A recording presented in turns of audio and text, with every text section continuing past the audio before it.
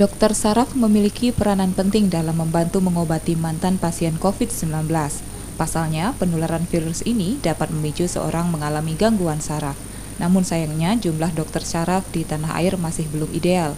Di Sumatera Selatan sendiri, jumlah dokter saraf yang ada di kabupaten kota masih kurang.